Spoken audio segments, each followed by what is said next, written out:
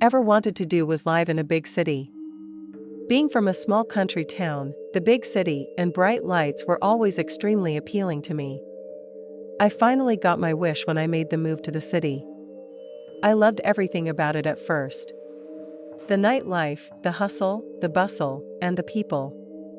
I felt like I was tailor-made for the city, you know. I found an apartment on the 20th floor of a building, and the view was incredible. I could see a sea of lights every night, and the sounds were amazing. It felt like the city was a living and breathing organism. What I loved about this apartment was that I was on the top floor. I had nobody above me to distract me, however, my neighbors below me were another story. One night after work, it was late and I had picked up a job as a bartender. I made my way home for some much-needed rest. While I was getting into more comfortable clothes, I thought I could hear screaming. I turned the TV to mute and I listened intently. It was undeniably screaming. I was able to pinpoint where the screams were coming from and it was right below me. At first, it was muffled screams. I could hear the tone and inflection of the voices, but couldn't make out any of the words. I continued getting ready and noticed that the voices were getting louder. The apartment had a small screened-in balcony, and I went out there and I could hear much more clearly. It's like when there was a bad accident and you can't really look away. It was uncomfortable to listen to, but I wanted to keep listening, and as horrible as that may sound, it was clearly a male and female arguing. The male was going insane. I could clearly hear things like, "You don't think I'll do it? And I'd love to see if you can fly." My first thought was, is he going to throw his chick out the window or something? Then I heard the woman get extra loud when she said, "You have no idea what I can do, and whom I know." Versions of that argument continued for another 5 minutes or so until I heard a loud crash, so loud that it vibrated my entire screened-in balcony. It was quiet for a couple of seconds, and just as I started to fear the worst, I heard another voice now. It was a different male voice, and he screamed, "Look what you did, you idiot." The woman started to scream back at him. I didn't hear the other man, so I started to let my mind wander again as to what happened. The briefest of relief came over me when I heard the first guy start shouting again. At this point, all three people were just shouting almost incoherently to each other. I contemplated for a while what I should do. Clearly, I should have just called the cops, but I didn't, and instead, I made a choice that I would soon come to regret. As you would see in movies or shows, I grabbed a broomstick and I just banged on the floor in my living room. That was my attempt to alert the neighbors that they were loud and to just keep it down. After my assault on the floorboards, I listened and I didn't hear anything. I went back out to the balcony to see if I could hear anything, and it was still quiet. I figured for a moment that I had accomplished my goal, but I could not have been more wrong. They must have gone out to their balcony, because now they started to scream at me. I had heard one of the men first as he addressed his anger at me saying, "I just stayed quiet." Then I heard the woman, her responding, "Mind your business, this doesn't concern you." Now embarrassed, I quietly went inside and just wanted this ordeal to be over. I could hear the muffled screaming, but now I couldn't tell if they were yelling at me or yelling amongst themselves. I can't even begin to explain how uncomfortable it is to sit and just hear this level of screaming. The type of screaming that I would consider borderline violence, really. And then finally, it stopped. It was finally quiet enough for nearly 20 minutes, and I turned off the TV and just got into bed. And just as I was dozing off, I heard a knock at the door. I thought maybe I was going in and out of consciousness, and maybe I dreamed the knock at the door, but I slowly got out of bed and made my way to the door. I heard the knock again, and it was clearly a knock and not my imagination. I asked who it was, and the only response I got was another slow series of knocks. The apartments I lived in all had small cameras on the side of the door, so I was able to pull up the camera. It was 2 guys and a girl, and right away I realized that it had to be my neighbors from below me. I didn't answer the door, and then the knocks kept coming. The woman was doing the knocking, and the 2 men just stood behind her with their hands in their pockets, it seemed. I'm not sure what they planned on doing at 3:30 in the morning. I just continued to ignore them at the door, and that's when the one guy started beating on the door with his fist. I was able to get a good look at the guy. He was huge. He was bald and had a tight beard. He had some sort of linework tattoo coming from the back of his shirt to the bottom of the skull. He had a fist that looked like a boulder as he banged on the door. And they knew about the camera since they lived in the building, and that's when the man leaned over to the camera box and started to whisper, "Open the door." And he just kept saying that on repeat. I didn't respond. And in fact, I finally, thank God, did call the police. I went to the bedroom and shut the door and whispered to the dispatch operator. I remained on the phone with them until they sent someone. The entire time I waited, they just kept knocking and whispering, "Open the door." They were still standing there when the police finally showed up. One of the officers escorted them away, and I'm not sure what happened to them after that. I spoke with one of the police officers after the other one got them off my floor. I don't think they were below me because I couldn't hear anything, and I gave the officer my entire account of the evening, and that was basically it. I never heard back from the police, but I also never had a run-in with these three again. I also took extra precautions after this and locked my door with an extra lock. I never heard another peep from that apartment below me after this. Which I found most strange of all about all of this. Even though I had just moved to the city not that long before, I had my fill of the city after this night, and once my lease was up, I moved back to the country, where it was quiet all the time.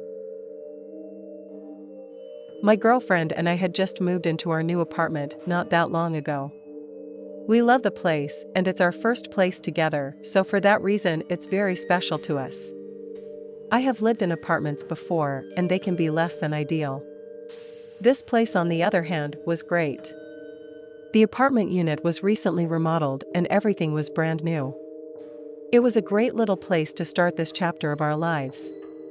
Now I know this may sound ridiculous, but for me one of the best parts was behind the apartments. There was a small path that led to a local breakfast diner. Anybody who knows me knows I can crush some bacon and eggs every day of the week. I told my girlfriend about the short path and told her that on Sunday when she was off and free from work that we would have to have a little walk over to the diner. Sunday came and we made our way to the path. Now it's important to note that the path itself is maybe 30 yards or so. It's not very long. It is literally a short dirt path surrounded by a massive path of trees. When we were walking over to the diner, we noticed a bag of clothes just sitting in the middle of the dirt path. We both just looked at it and kept walking. I mean, sure, it was weird, but it was breakfast time and I wasn't worried about a bag of clothes. I figured someone just dropped it while walking to the diner or something. And after our amazing breakfast, we walked back and noticed that the bag was gone. I said to my girlfriend, "See, I told you someone just dropped it." And she begrudgingly agreed, but we went about our day. I worked from home during the week, so I would walk over to the diner every morning. The next day, when I walked to the diner, I noticed the bag again, but this time it was to the side of the path instead of just in the middle of the walkway. I just figured that I missed it yesterday and somebody must have just moved it, and that's why we didn't see it when we walked back to the apartment. After breakfast, when I walked back, I saw someone going through the bag. I cautiously walked by just because it looked like some strange man. When I got closer, the man turned around and looked at me with a sort of crazed look in his eyes, but I kept walking and just gave him a friendly good morning. The man said nothing, but out of the thick trees, a very small and frail-looking woman appeared. Her legs looked more like twigs, and she was missing most of her teeth. I instinctively jumped back, just because it was very alarming, and a low raspy voice, almost like she smoked 8 cigarettes a day for breakfast alone, she says, "Keep walking." I didn't engage with those two at all. I did keep walking. It just shook my head. I didn't want to tell my girlfriend about that because I figured that she would never want to walk over to that diner again. And I was pretty sure that this was just some random one-time event with just some shady characters. I didn't go to breakfast until Friday. I made my way to the path and I was instantly relieved that the bag was gone. While I was walking down the short path, I investigated the tree line where the bag was located the last time I walked, and I saw the silhouettes of two people standing in the foliage. I didn't stop and look and ultimately just kept going. My gut told me who was standing there, but I didn't want to take any chances. I felt uneasy during my meal, and I didn't want to walk by that path again. I had visions in my head of those two people jumping out and trying to rob me or something. So, after breakfast, instead of walking through the pathway, I walked the long way, all the way around, which ended up being about 40 minutes compared to the quick 5 minutes, believe it or not. I forgot to tell my girlfriend about the experience that I had that day. On Sunday came, she suggested that we go to the diner. Now I was pumped for breakfast, and sadly, I had already completely forgotten about the brief experience that I had on that path. As I write this, and I'm listing the events that happened, I'm ashamed that I didn't remember, but at that moment, since nothing really had happened, I just didn't think about it. It wasn't until we got to the path that Sunday morning that I remembered what had happened. I stopped for a quick second, but then kept going. I didn't want to scare my girlfriend, and there was a chance the two were gone. While we were walking, she was telling me some story, and I was watching the tree line for any movement. About halfway through the path, the man ran out of the woods and stood blocking our path. The woman came out and stood behind us. My girlfriend, trying to be rational, tried to communicate with the two, but neither of them said anything and just started inching closer to us. The gap was closing, and I could feel the panic start setting in. I grabbed my girlfriend's hand, and as I attempted to make my move, instead of running through the guy who was significantly larger than the woman, I turned and ran through the skinny woman like I was a truck. As I was running through the woman, she somehow got a hold of my back and scratched me with her nails, which surprisingly broke my skin. She screamed one of the most horrific noises I had ever heard when we ran by. As we ran back to our apartment, I could hear them fighting on the path, but I couldn't make out the words. We just called the police when we got back and reported the incident, but of course, they were already gone when they went to check. The apartment has cameras all over the lot, but none of them reached the path, so they had no footage of the two. About 20 feet into the thickness, they found sleeping bags, trash, and bottles. These two had been living on the path for a while, before they finally decided to attack us. Thankfully, we didn't sustain any real injuries, and as far as we know, nobody else got hurt or attacked. We feel a little uneasy that these two were never caught and, unfortunately, no new information was ever reported. I make the short drive now whenever I go to the diner, and I plan on never taking that short path ever again. Little years ago, when I was in between jobs, I moved into an apartment to save money. The apartment complex was beautiful. It was a smaller complex, located right in the heart of a quiet and nestled community. Most of the residents in the complex were older folks that were retired and just didn't need the space of an entire house. When I was moving into the building, I noticed another young person like me watching from one of the windows. It was a beautiful girl, someone that personally I would consider to be out of my league. Unfortunately, my career didn't allow for much dating. After moving in, I noticed that often I would come or go from the parking lot and I would see the woman looking at me. I just assumed that she was nosy or something like that, and I didn't think for 1 second that she had any interest in me.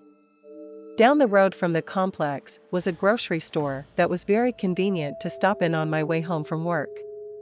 One afternoon after work, when I stopped in the store to grab some dinner, I ended up physically running into the girl who had been staring at me for a few days now, and I literally mean that we physically collided with each other.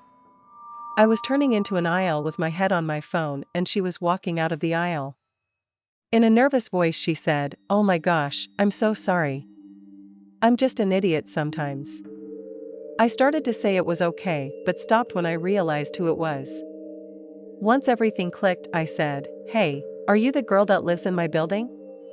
She started to smile and blush and then said, "Yeah, that's me." I'm usually the one who gets nervous and blushes uncontrollably in these kinds of situations, so it was nice that the heat was on someone else for a change.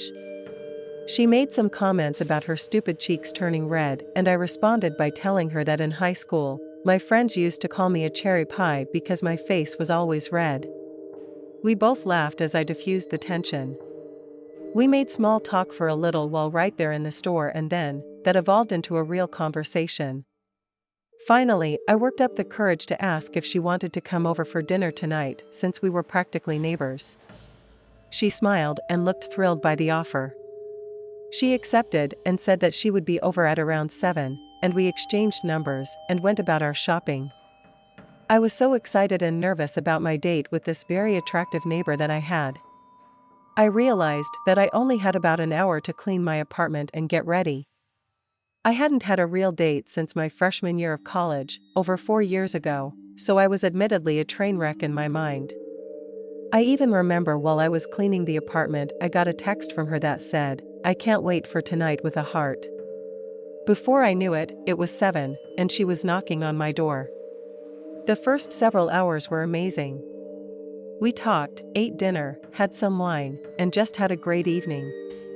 I felt like this was my first real adult date, and I was proud of how it was unfolding.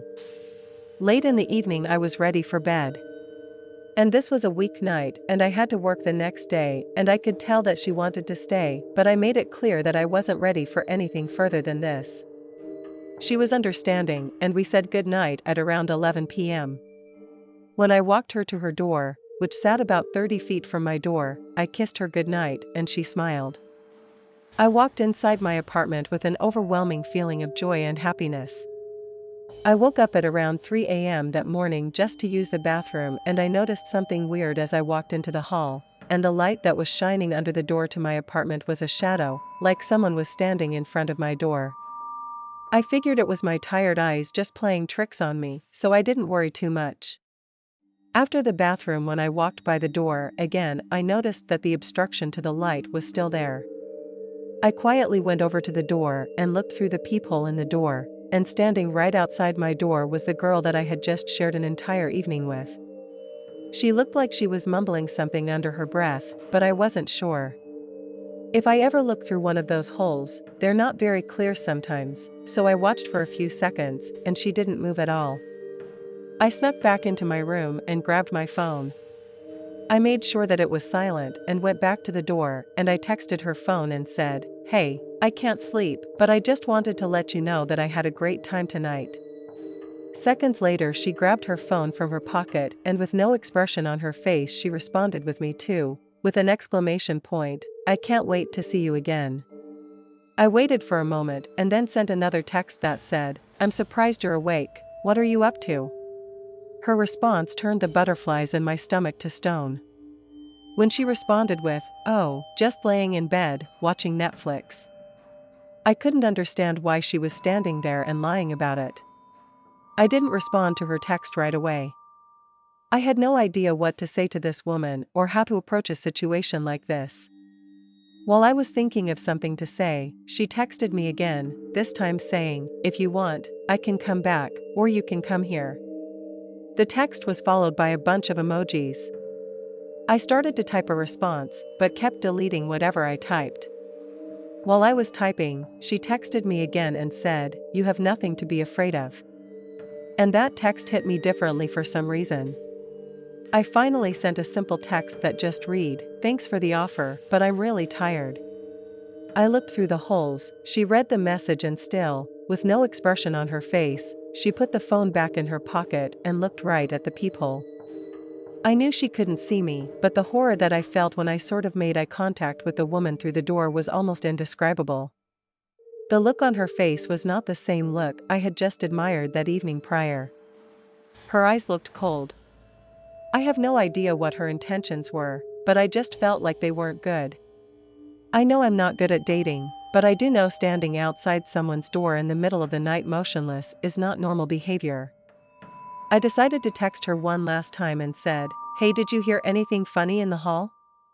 I thought I heard a knock on my door.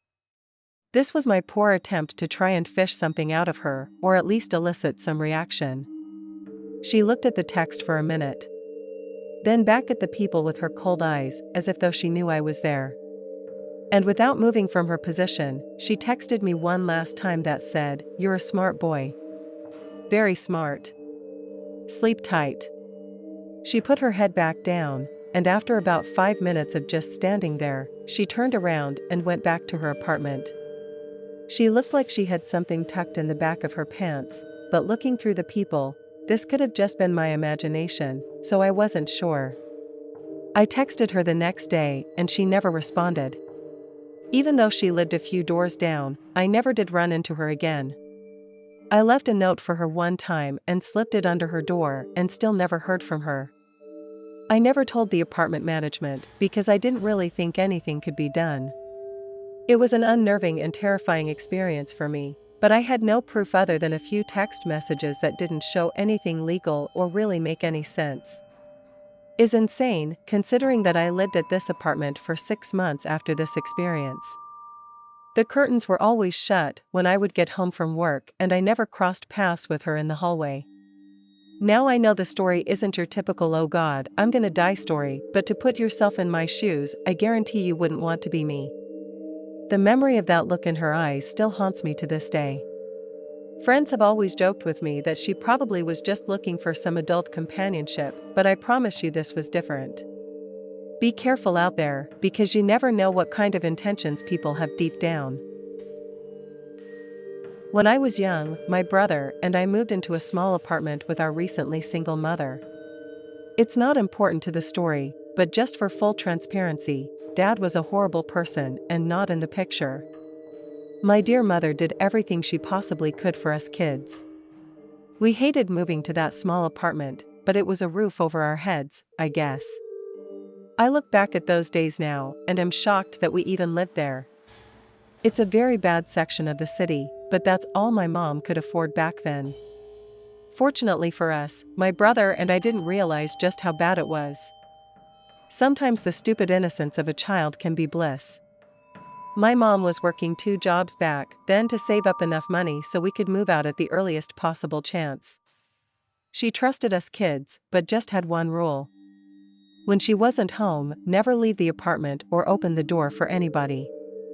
Again, thinking back to those days as I write this, I'm still utterly shocked that she just left us alone there. But I don't fault her. Mom had to do what she had to do, and she was an absolute trooper for it. Back then, I was a little too young to be left alone, especially in that area of the city, but my brother was old enough to watch me for several hours while my mom waited tables at a local diner. My brother was not like me. I was quiet and never in trouble. My brother Jack, whom we called Jackie, was the complete opposite. He was constantly in trouble in school and with his friends' parents. He was the kid who would find trouble. Even when he wasn't looking for it, and with all that being said, he is still my older brother, and of course, I looked up to him and just wanted to be just like him. But one specific night, that has been burned into my memories forever, Mom left for her late shift at the diner and left Jackie in charge. These nights we would usually watch something on TV, eat some food, and go to sleep before Mom would even get home. But on this specific night, Jackie had other plans. Before I break down the story, I need to paint a picture of the apartment building. The building was an older brick building. You wouldn't even know if it was an apartment building unless you lived there. In fact, the building is abandoned now as I write this, looking back. We lived on the 5th floor, which was the top floor of the building. When we would get home from school, we would take the stairs to our floor because the only elevator was either broken or had something going on in there that we kids shouldn't see. And this is where things get a little weird. When taking the stairs, you would have to get off on the 4th floor because for some reason, the staircase on this side didn't go up to the 5th floor. Once on the 4th floor, you would have to walk all the way to the end of the hall to the left and take a separate staircase up to the 5th floor. I'm not sure why the building was built this way, but it was my life for several months. When making your way down the long hallway on the 4th floor, you couldn't help but notice the door at the end of the hall on the right. It was boarded up the entire time we lived in the building. Jackie would always tell me that it was haunted or that a crazed madman lived there. It always scared the heck out of me though. Whenever we got home, I would run as fast as I could to the stairs. Unfortunately, I had to see it every day because it sat across from the staircase to the 5th floor. Every day the door made me uneasy and scared, and I couldn't even begin to form thoughts back then as to why. Okay, so now that I've laid out the structure a little bit, I'll tell you my actual story. For me personally, just the memory of that stupid door is enough to give me goosebumps. But unfortunately for me, that's not the story I'm telling you today. That night while Mom was working, my brother started to talk about breaking into that apartment. I knew it was wrong, and I felt in my gut that it was a bad idea. After a little convincing, I gave in to his plan because I wanted to be cool and brave like my brother. I also figured if kids at school knew what I did, maybe I wouldn't be bullied as much. Around 10 p.m., we snuck down to the fourth floor. We made sure nobody was around, and just like most nights, it was completely desolate in those halls. I remember staring up at the door and feeling like I was going to faint. I remember having the thought that because my heart was beating so fast, I was wondering if a child could have a heart attack. I'm not sure where he learned it, but my brother broke the lock and we entered the apartment. It was disgusting inside. It smelled so bad. I distinctly have a memory of the smell inside being so overwhelming that I had tears in my eyes. None of the windows had any shades or curtains, so even though it was dark outside, the entire apartment was illuminated by the orange light from the street posts that literally sat right outside the windows. The apartment was filled to the brim with junk. Boxes and furniture everywhere. You couldn't even walk on the floor because there was so much debris and trash lying around. It didn't click right away as to why the apartment had all this clutter inside. I was too preoccupied with the smell to have any other thoughts. As we shimmied our way through the apartment, my brother stopped instantly and grabbed my chest. I stopped and looked at him and he gestured for me to be quiet. Before I could process what was happening, he gestured again for me to duck down and essentially push me down to the ground himself. As I sat hiding behind a mountain of trash, I heard a voice coming from the far side of the room. It was low and gruff, and the voice sounded like it was straining to talk, and I couldn't make out the first thing he said. But then I heard the second part and he said, "I know you're back here. I've been waiting for you." I was about ready to burst into tears, but my brother kept eye contact and kept me quiet. He just kept shaking his head and gesturing for me to remain quiet. The man spoke up again. "I know you're hiding in here. Come out. I got something for you." They must have moved because I could hear the shuffling of trash. "Is that you?" The man shouted, and it sounded like he struck a pile of trash with something heavy. "That's not you. But I know you're still here." I could hear the man closing in on our hiding spot. Thank God for my brother, because I would have sat there until this man found me. When the man was standing right behind the pile we were hiding behind, my brother jumped out, tackled the man to the ground. Jackie grabbed my hand and we ran out of the apartment as fast as we could.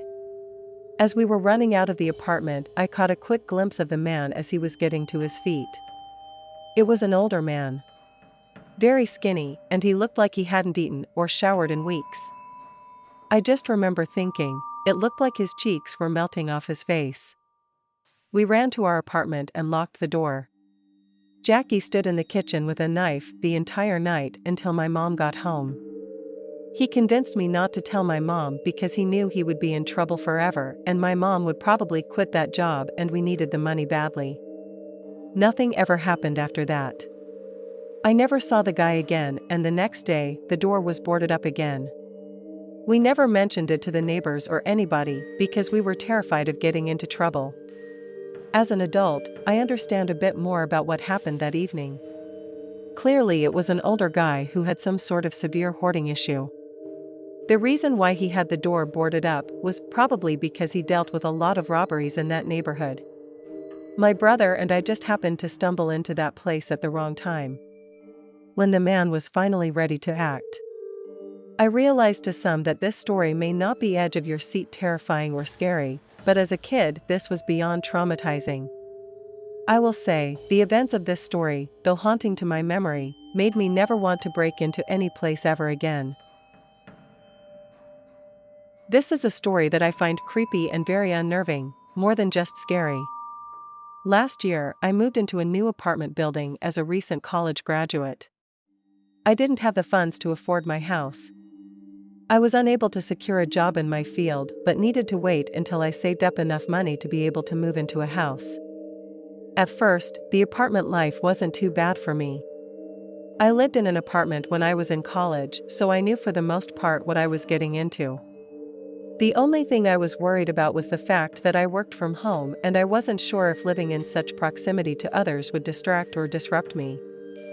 Fortunately for me, the apartment complex was quiet almost all the time, especially during the day when I worked. There were very few cars in the parking lot. Something to note about me is that I have a horrible tendency to be overly observant. Friends have so kindly referred to me as a creep, in other words. Shortly after moving into the apartment, I made a mental note of all the tenants in my building.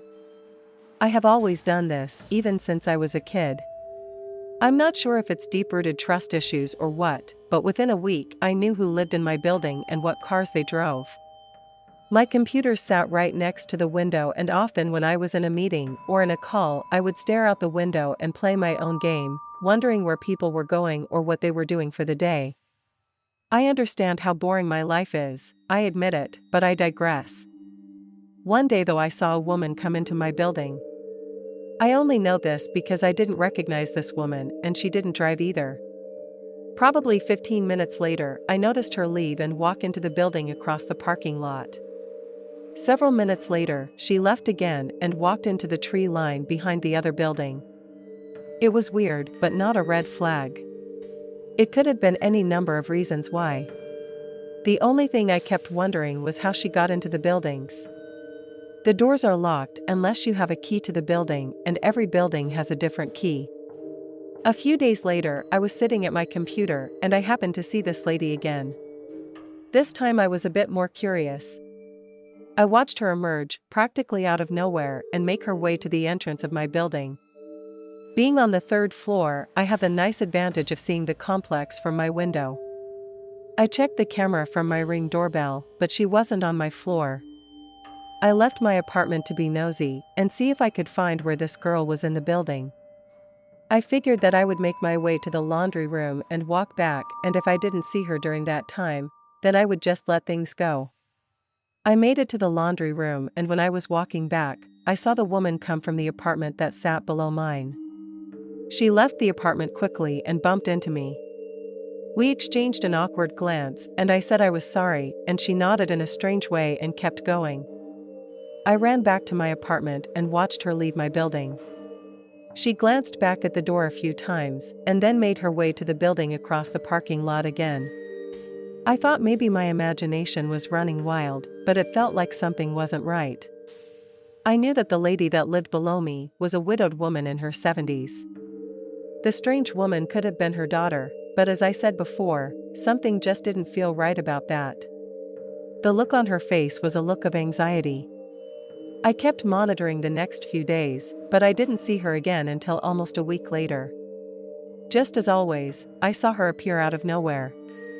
She kept looking over her shoulder as she approached my building. She entered the building, and as I listened, it sounded like she was outside of my apartment. I pulled up the video feed from my camera, and to my surprise she was right outside, but not in my door. She was at the door of the guy who lived across the hall. She looked nervous as she kept knocking on the door lightly and looking back and forth. After a minute or so, she pulled out a key and opened the door. I waited and watched the camera for 16 minutes until the door opened again and she left briskly. Right after leaving his apartment, she made her way across the parking lot again, and the same pattern continued. Now I felt uneasy about the situation, so I planned on asking my neighbor across the hall if she was expecting a visitor. That night when he got home, I waited a little while and then went and knocked on his door. The guy looked annoyed and asked what I wanted. I told him what happened and asked if he was expecting anyone in his apartment today. He was as white as a ghost after I told him. He told me that he was annoyed because he had money that he was sure that he left on the dresser, and it was gone. He figured that he misplaced it, but now he was scared that somebody had broken into his apartment. We looked back at the footage and he looked sick. He thought the woman looked familiar, but it was nobody he directly knew. We went to the main office and gave them all the information. Basically, they told us to call the main office and the cops as soon as we see this woman again. Thankfully, only 2 days later that the woman came back and I called the police right away. She must have seen the cop car, because as soon as the cops pulled in, minutes later, the woman ran out in a full sprint. The cops chased her and caught her before she could break into the tree line. As it turns out, the woman basically had some type of skeleton key to the apartments that only the maintenance crew had access to. This woman was the girlfriend of the maintenance man that was fired right before I moved in. Apparently, this guy was fired and arrested for stalking a woman who lives somewhere in the complex, and to get revenge apparently, he was having his girlfriend break into the apartment and rob them of their valuables. The most disturbing detail was that this guy knew all the schedules of the people he had his girlfriend rob, so he knew who wouldn't be in their apartment at certain times. Now, even though this isn't super scary from my perspective, the thought of someone just being in your home and taking your valuables is so disturbing to me. The idea that someone can have access to your home without you knowing is enough to give me nightmares. And thankfully, for once my nosy nature finally served some good. In 2018, I broke up with my boyfriend and was nearly homeless. I moved across the country with him and, as life sometimes happens, it didn't work out. Unfortunately, I didn't know anyone where I was, and I had nowhere to go. I was living out of my car for a couple of days until I found a beautiful little apartment complex that was accepting new tenants. I went in and pleaded my case to the management team there, and thankfully, they pulled some strings and got me in right away. I didn't have much to move in at first, since most of the stuff I left at my last place. As I slowly started to gather furniture, the place started to feel like a home. My cute little one-bedroom studio apartment became my pride and joy. It didn't take long for my ex-boyfriend to find where I was, and I kid you not, he would drop off boxes full of my stuff and leave it on the front steps of the apartment building. A real classy boy, that one. The apartments I was living in offered garages for your car or storage. Most of the tenants used it for storage. The only thing that wasn't ideal was that you were sharing the garage with another random tenant and they weren't sorted out by the building or apartment number, but basically by whatever one was available. I got a garage unit that thankfully wasn't that far of a walk from my apartment. They had one left and I felt incredibly lucky. When I made my way to the garage and opened it up, I was surprised to see an older man sitting in there just rocking in a chair. He was angry as soon as I opened the door and he shouted, "Hey, get out of here, this is my garage." I was a bit uncomfortable, but I always stand my ground. In a very polite voice, I responded to the man, "I'm sorry sir, but I just purchased the other half of this garage for my storage. I'm sorry, but you'll have to share now." The man didn't like this. He got up out of his chair and made his way to the door and he started shouting, "I don't think so." The man literally started to grab my boxes and throw them back into the parking lot. As I stood there, blown away by the antics of this man, he continued to complain, "I pay for this space, it's mine. Get your crap out of there." Not wanting to escalate this anymore, I went back to the office and told the woman in charge that the old guy wouldn't let me in the garage. She looked annoyed as if this had been a problem before, and she went down there and laid down the law with this older guy. They went back and forth, but ultimately it ended with the guy moving his stuff to his side of the line. Yes, there was a literal line in the middle of the garage separating the two sides for each tenant. I brought my stuff in there as quickly as I could because I wanted nothing to do with this guy. He grumbled to himself the entire time I brought my stuff over and I just ignored him. The next couple of days I had a bad feeling about my stuff.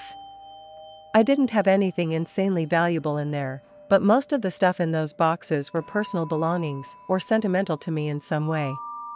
One night, early in the evening, I decided to go check all my stuff and I couldn't believe what I saw. The man sitting in his chair rocking back and forth and wearing one of my scarves. I started to yell at the guy and he responded, "This is my scarf, little lady." And that's when I noticed that he had gone through all of my boxes and thrown my belongings all over the garage.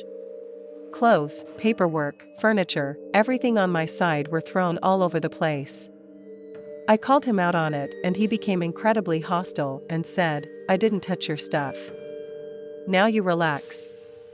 I went back to the management of the apartments and told them everything. She approached the man and they went at it again. The old man denied touching my stuff and claimed that it was like that when he came into the garage. I didn't buy it and neither did the manager. I believe she threatened to evict the guy and told him that he could no longer have access to the garage. He had 2 days to get all of his belongings out of there. The man was upset and screaming. I almost felt bad for him until I remembered all of my stuff on the ground. The man left the garage enraged. I could hear him screaming all the way through the parking lot. When he was gone, I closed the door and started to pick up my belongings. This guy had a ton of interesting stuff when I stopped to look at his side. It wasn't just junk and clutter, but really unbelievable antiques. He had stuff from old wars, old movie posters, books, and anything cool you can think of. It was like a vault of treasure. I continued to put my stuff away, and that's when I noticed my scarf. He was right. The scarf he was wearing was in fact his scarf. I felt horrible and thought I owed the guy an apology. I even decided to myself that if I don't see him within the next 2 days, I'll tell the manager that he can store his stuff in my garage. I just don't want him in there unless I'm there. The next morning, I woke up to the sound of sirens outside.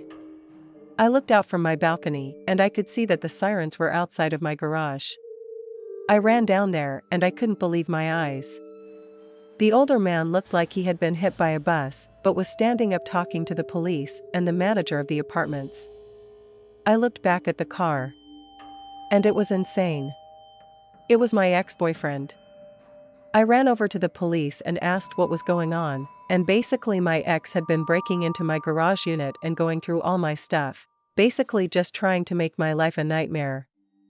He wasn't trying to rob or steal anything. The old man knew that he was innocent and went down to the garage and waited all night for something to happen. Around 5 a.m., my ex started breaking in, and once he went over to my boxes and threw stuff around, the old man confronted him. A brief fight ensued, and the old guy was like some decorated war hero. And even at his advanced age, he was able to take down my ex. I thanked the man and tried to give him something, but he just wanted his garage back. I'm so thankful that this man cared enough about his stuff that he waited all night to prove that he was innocent. And thankfully, he stopped him when he did, because I don't know how far my ex would have gone or what he was capable of.